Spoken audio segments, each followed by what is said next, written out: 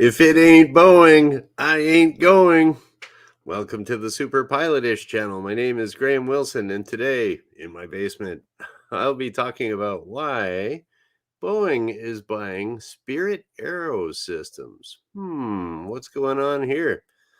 To tell you the truth, I have no clue, but I'll talk about it anyways. I should have brought out my armchair here so I could be the armchair quarterback, but it's over there right now. So, yeah, I just got the news. It was checking it out, and it looks like Boeing is going to be buying Spirit AeroSystems. Now, it's like, what is that? I remember hearing something that's like a subcontractor for Boeing or something like that.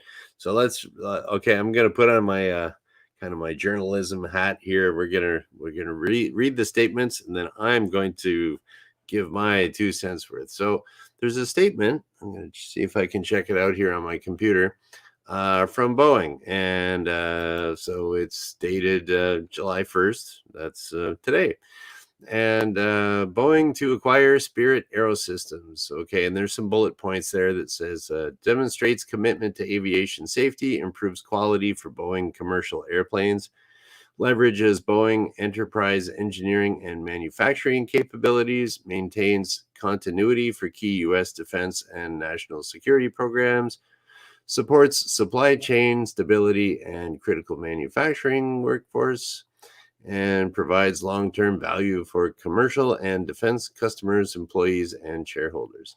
Okay, very good corporate speak, whatever. But I could see some things in there like this is kind of my guessing about it, but I'll tell you what led up to my guessing about this because I don't know, I just kind of read a little bit about it. Like, what is this Spirit AeroSystems thing? So as I usually do for my show, I checked it out with Wikipedia. Now I will read Wikipedia. Pull up a chair, children. So, yeah, so Spirit AeroSystems, it says here in Wikipedia, is a American aerostructure manufacturer. So they make the fuselages for the 737, 787, as well as the flight deck section of the fuselage of nearly all Boeing airliners. Okay, Spirit, but this is something I didn't know either, that Spirit AeroSystems also produces parts for Airbus, including fuselage sections and front wings bars for the A350 and the wings for the A220. So if you're thinking about, oh my gosh, these Boeings, they're so unsafe and everything, well, it kind of goes down to the Spirit AeroSystems place that makes all of these fuselage parts. And if you're going on an Airbus, well, same thing. You're gonna be dealing with Spirit AeroSystems. So, is it safer to go Boeing or Airbus? If they're still making this stuff at the same plant, it's probably about the same. But here we go. So, where did this Spirit AeroSystems Holdings Inc. come from? So, the history is that it was formed when Boeing Commercial Airplanes sold its Wichita division to investment firm Onex Corporation in 2005. So, it looks like, oh, there we go. Hey, Wrench. Yeah, you're from down in Kansas there. And you know what? I'll just pull up Wrench's comment here because I was going to talk about that. Spirit is the factory in Wichita that built most of the Boeing military planes through history, the B-52s, the B-47s. And yeah, thanks for that, Wrench. And that's what it says on Wikipedia here too, but Wrench is right in the neighborhood. So that's pretty cool. Yeah, they made B-52s. I think there's a picture here. They're making B-29 in 1944. So it looks like in 2005, Boeing, for some reason, decided, okay, we're going to sell this division here to this corporation. So why would they do that? So okay, that's the history. Okay, what else we got here? Oh, I thought I saw something else here that was cooler than that. But anyways, yeah, so oh yeah, that's what I was going to look at. What's this Onex Corporation thing?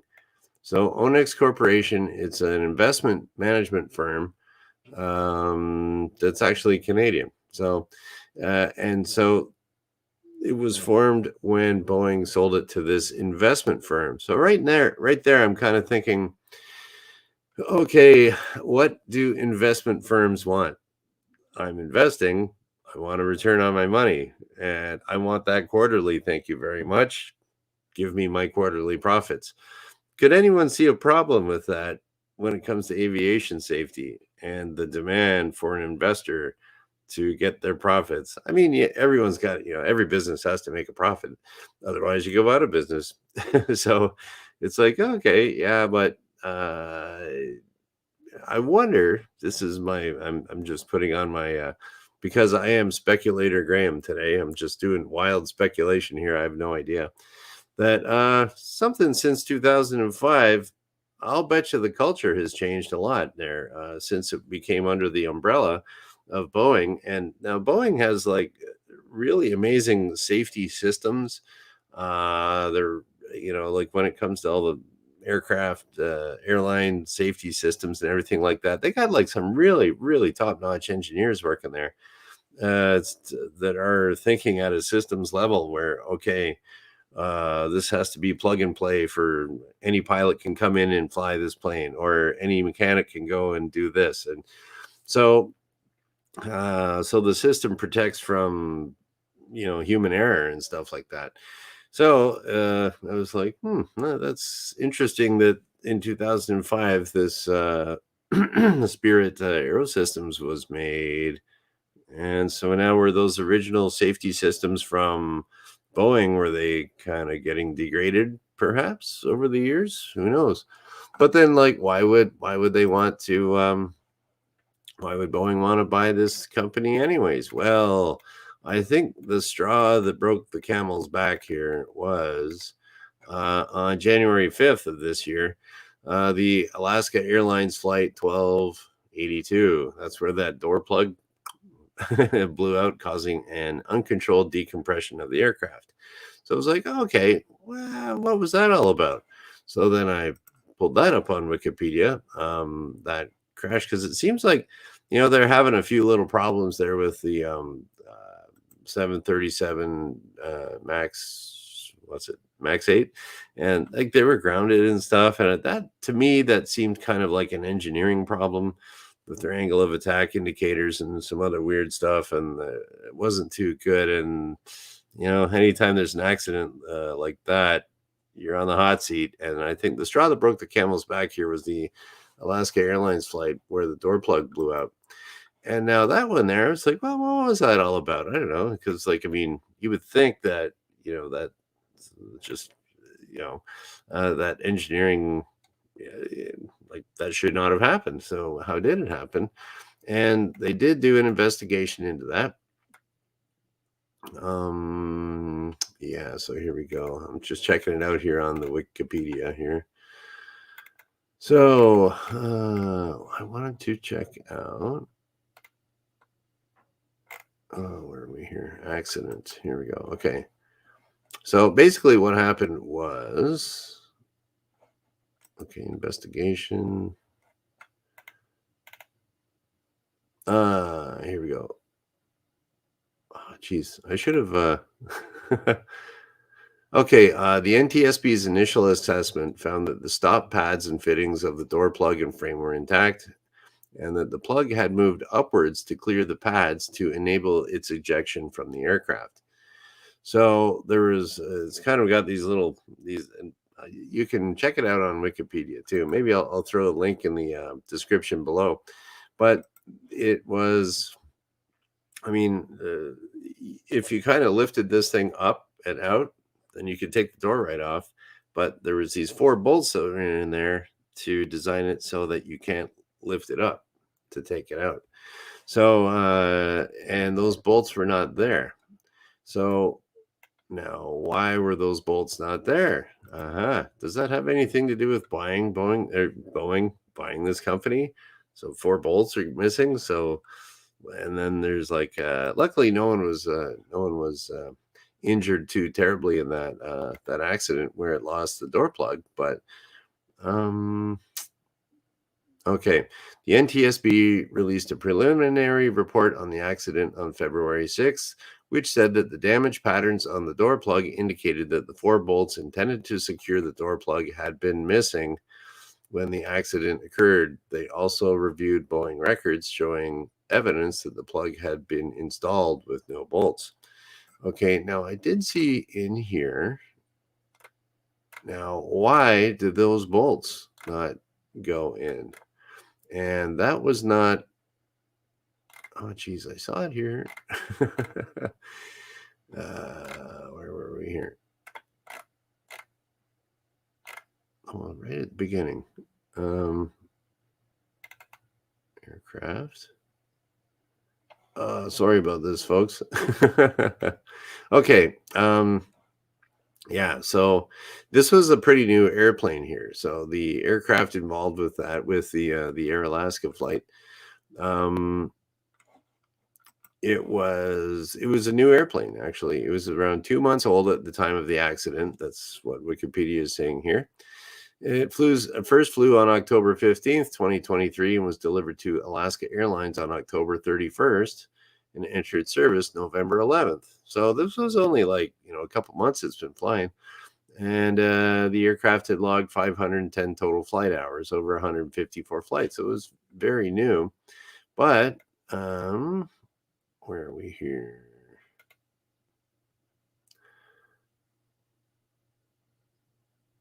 Okay, here we go. So what it was, the door plug was manufactured by Spirit AeroSystems in Malaysia, actually. So that wasn't even made in the US of A, but it arrived at Spirit's factory in Wichita, Kansas. Yeah, so Spirit AeroSystems, they got different plants all over the world. So it was there for final assembly. So they must have inspected it and everything was cool. And they stuck it in the fuselage. And then it was shipped by train on August 20th for final assembly at the Boeing Renton factory in Renton, Washington, where it arrived 11 days later. Now, here's the sticky part. After the fuselage arrived at the Boeing Renton factory, 5 damaged rivets were found on the fuselage near the door plugs. So what happened was this plane, they make it in sections and they ship it by train and they assemble it at some other factory. So during shipping, or sometime before it got to the assembly plant, there were some damaged rivets. Okay, so they found the damaged rivets, and I'm sure Boeing said, "Hey, send you guys up here. You send us a defective product, fix these rivets."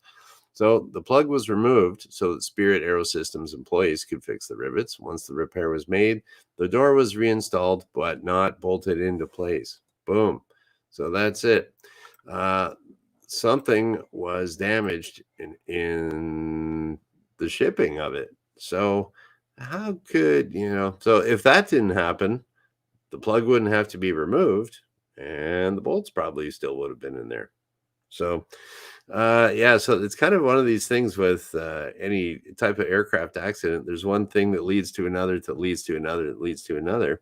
But the thing that really got me about this was to put a plug back in, and you just forget to throw some bolts in there. I'm thinking that is such a newbie mistake, and then that gets me thinking about, okay, how skilled were the workers that were working on this that would make such a newbie mistake like that? Like, I mean, usually, like whenever you're working on an aircraft, you'll see in any good mechanic anywhere, and I guarantee it's like this at Boeing, where when you take something apart, or even if you're working on your car, like, it's a good practice, but it's an actual procedure that you do at these manufacturing facilities, and it's just part of the trade if you're a mechanic, is that as you're taking, say you're taking the door plug out, all the parts have to go. I always like do it like left to right, right to left. If I'm taking something apart, I take this off first,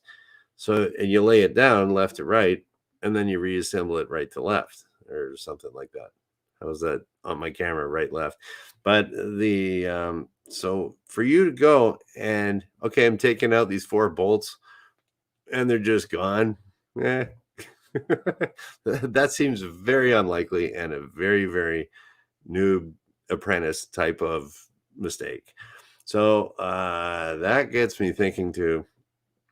Okay, if you got all of these, and I was thinking about it. How many people have you known that have retired within the last 5 years? Like, yeah, baby boomers. The peak of the baby boom right now in Canada, anyways, is about it's right around 67, 66, something like that. It's the peak is right there retiring, and then so 5 years before the peak of the baby boom to like 5 years after the baby boom, like there's a whole pile of retirements going on there. And so all these people that have been manufacturing these airplanes and repairing them over the years, they're all retiring, and you're getting this new apprentice, or this new someone with 3 years experience instead of 30 years experience. And so, then you would make a newbie mistake like, oh, I forgot to put the bolts in. Uh, yeah, and I know, like, when I was a machinist apprentice, I made tons of mistakes. It's very expensive to hire a machinist with no experience at all. They screw everything up.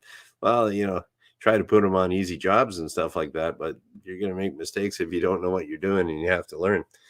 So, yeah, so I was thinking there too. It's like, this accident that could have been caused by demographic change too. Hmm. I doubt very much that would be put in any NTSB report, but I would bet you that Boeing is very aware of that, with the smart people that work at Boeing.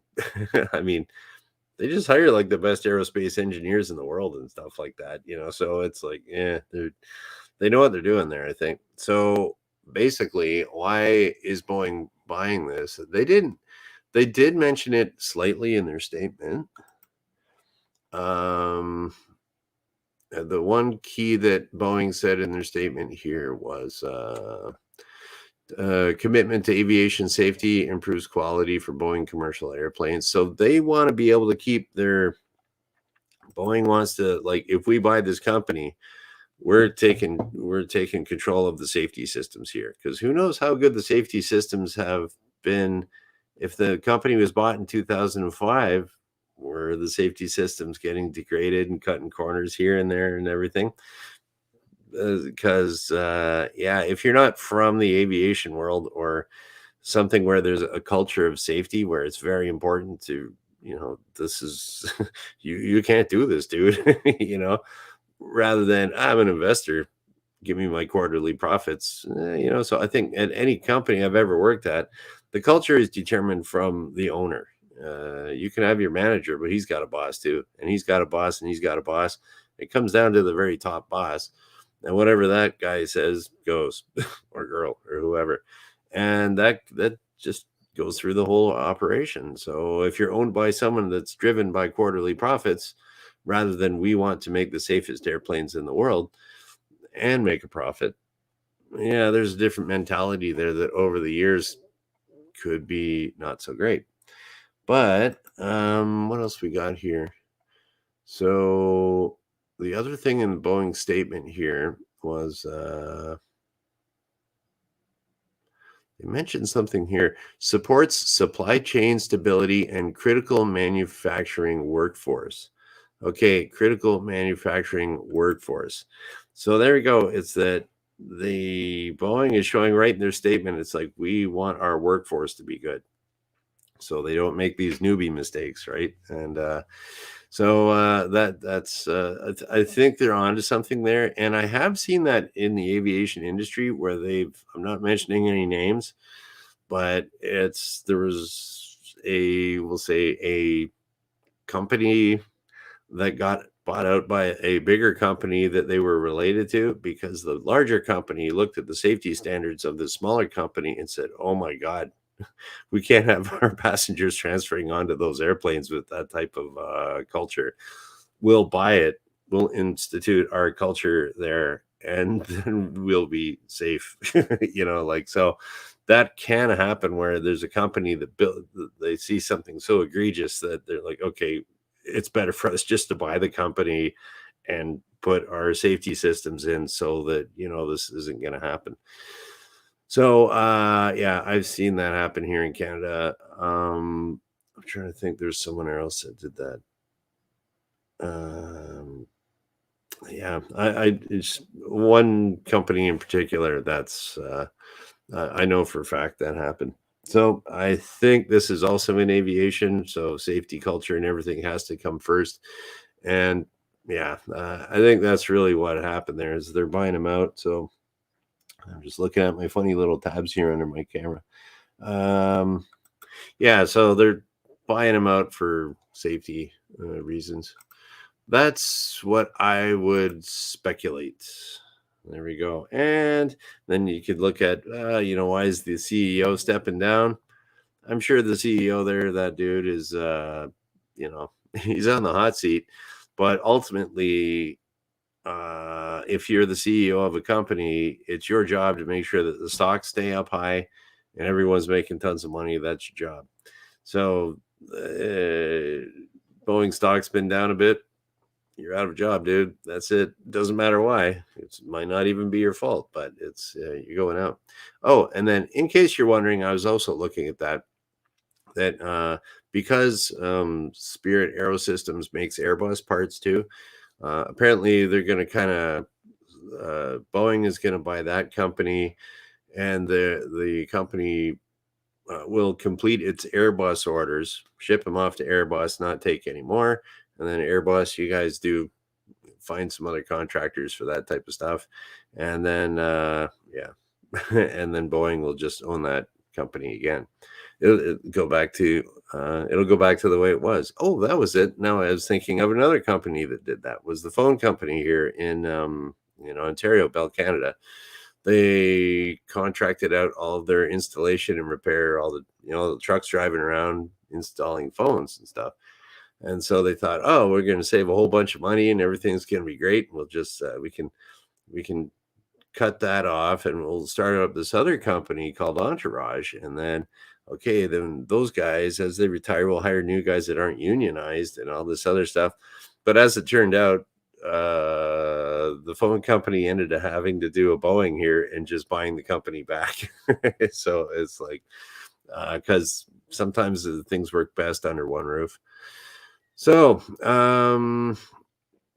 let's see. So why is Boeing buying Spirit AeroSystems? I would say for safety reasons more than anything. And I think the Boeing safety systems, just a guess, would be better than the former ones because those former ones, hey, they forgot some bolts, man. And you got to be able to have a system that can handle a bunch of young workers that are inexperienced compared to just relying on just like tribal knowledge of the old guys. And I've seen that it's this the whole thing with the baby boomers retiring is very real, and it has real life impact for flight safety, for or even manufacturing timelines. This whole thing with Boeing is I was reading more about it, and like they're way behind on before this, before all their orders got canceled and stuff. They're way behind on orders. They can't find enough workers, and that adds more stress. Oh, there was another thing about that Spirit Airlines or Spirit AeroSystems. I was looking at from 2023. I was thinking, are these guys unionized or not? They are, and they were going through contract negotiations in June of 2023. And one of the things that caught my eye was no mandatory overtime. So I wonder if if you're forcing guys to come in and work overtime. Some people love working overtime, some people don't. But I think if it was in the union contract that it's like, okay, there's no mandatory overtime. So if they're behind on orders, they're forcing people to come in on the weekends. Everyone's getting burned out. You're making good paychecks, but you're getting burned out. Quality goes down because you can't think right, or you're not as sharp at the end of a 12-hour shift as you are at the beginning of a 12-hour shift. And then so yeah, that could affect quality quite a bit. And because it was in the union contract, I wonder if the workers were kind of ticked off because they were getting forced to come in on the weekends. Now, how's that treat your worker culture? Are they going to be doing their best job because they're ticked off because they got to go work on the weekend? And maybe they're a little bit of A little bit of management and worker friction there. Maybe. So it might be better that Boeing just takes over here and hopefully everything works out for the best. So that's my 2 cents on it. Okay. And yeah, I'll put a link in the description below here to all the I don't know, Wikipedia pages and other things, so you don't have to Google search it. So you can see I'm not lying to you, not fake news. So, all right, here we go. Let's see. Well, looks like it's just you and me today, Wrench. We'll see see what Wrench is saying over here.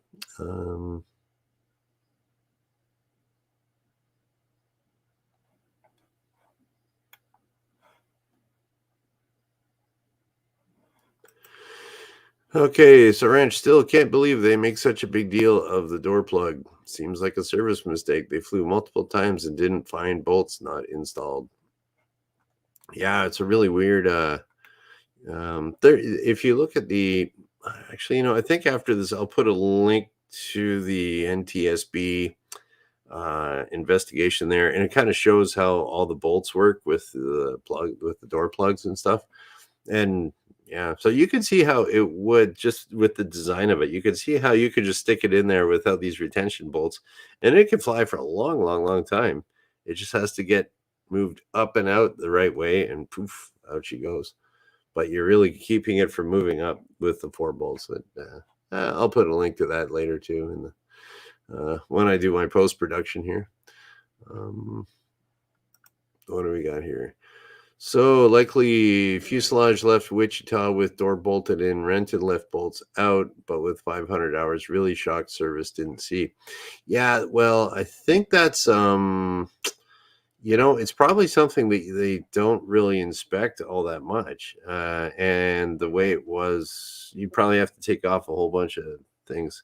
And you got to remember too that it was it with 500 hours? Yeah, something like that. It's just like some kind of fuselage inspection. That could be something that's like, check it every 1,000 hours or every 20,000 hours or something like that. But yeah, it really goes to show like there's anytime something you mess with anything in maintenance on a plane and something weird can happen. Like here I am to fix rivets and the door falls off. It has nothing to do with the rivets, but to get to the rivets, you got to take the plug out. All right.